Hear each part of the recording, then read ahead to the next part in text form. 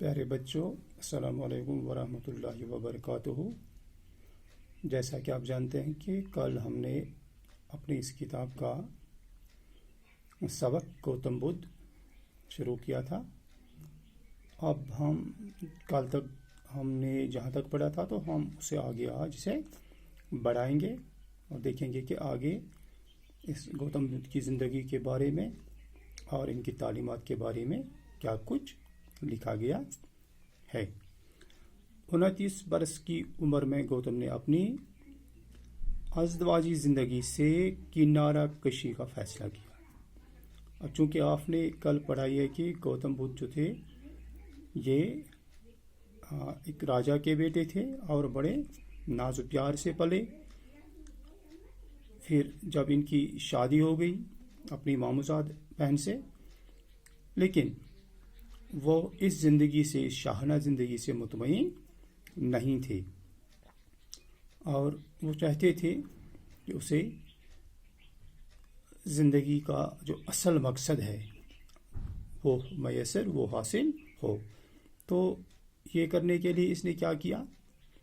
جب اس کی عمر 29 برس کی ہوئی تو اس نے اپنی اس ازدواجی زندگی سے کنارہ کش ہو کر، یعنی جو اس کی زندگی تھی، اس کی جو بیوی تھی، اس کے ساتھ جو یہ زندگی گزار رہا تھا، بتا رہا تھا، یہ زندگی کنارہ کش ہونا، چھوڑ دینا، یہ زندگی چھوڑ دینے کا فیصلہ کیا۔ یعنی اپنے راج محل کو اس نے چھوڑ دینے کا فیصلہ کیا اور خود کو سچ کی تلاش کے وقف کر دیا اور اپنے آپ کو وقف کر دیا۔ صرف کرنا، کسی کام میں اپنے آپ کو مشغول کرنا، لگا دینا۔ تو کیا کیا اس نے؟ یہ سچ کی تلاش میں نکل پڑے۔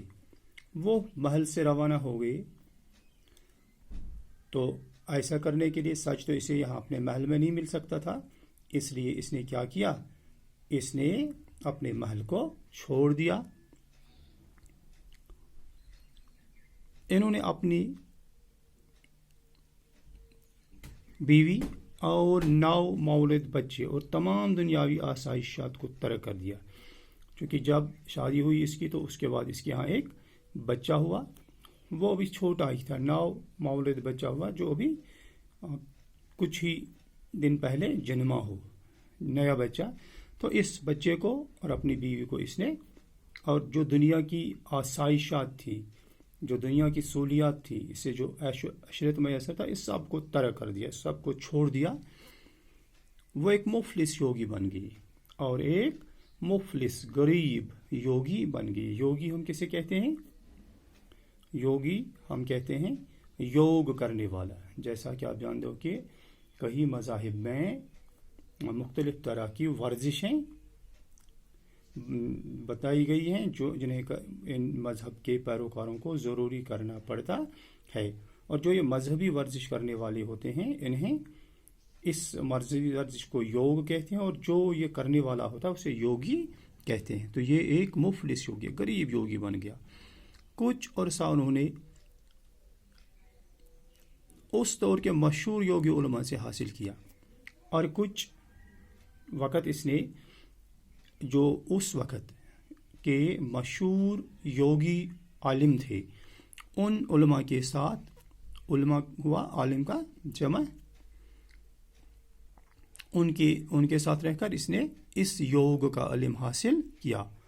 ان کے افکار سے مکمل آگاہی حاصل ہو جانے کے بعد انہوں نے انسان کے غیر اطمینان بخش مسائل کے لیے اپنے حل وضع کیے، اور ان سے تعلیمات حاصل کرنے کے بعد ان کا جو فلسفہ تھا، ان کے جو اصول تھے، ان کے جو خیالات تھے، افکار تھے، ان سے آگاہی حاصل کرنے کے بعد، یہ علم حاصل کرنے کے بعد، اس نے جو انسان کی غیر اطمینان بخش مسائل ہیں، زندگی ہے، اس کے حل کا ایک طریقہ بتا دیا کہ ایک انسان کو سچی خوشی کیسے مل سکتی ہے۔ یہ خیال عام ہے کہ انتہائی درجے کا ذہین سچ کے راستے کو ہموار کرتا ہے۔ گوتم نے خود بھی ایک سنیاسی بننے کی کوشش کی۔ جو گوتم بدھ تھا اس نے کیا کیا؟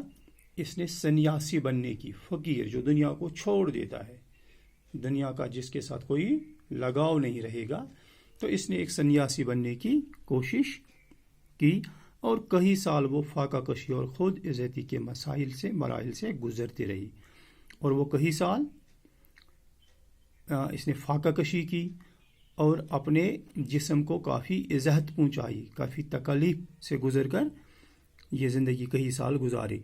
آخرکار اسے ادراک ہوا اور اسے آخرکار اس بات کا احساس ہوا، اس بات کا یقین ہوا کہ جسم کو عزت دینے سے ذہن میں ابہام پیدا ہوتا ہے کہ اگر انسان اپنے جسم کو تکلیف دے گا اور جسمانی کمزوری سے کیا ہوتا ہے، اس کے ذہن میں کہیں ابہام ہوا، صاف بیان نہ کرنا، یعنی کئی مسائل پیدا ہو جاتے ہیں جن کے متعلق وہ صاف سوچ نہیں سکتا یا انہیں پرکھ نہیں سکتا۔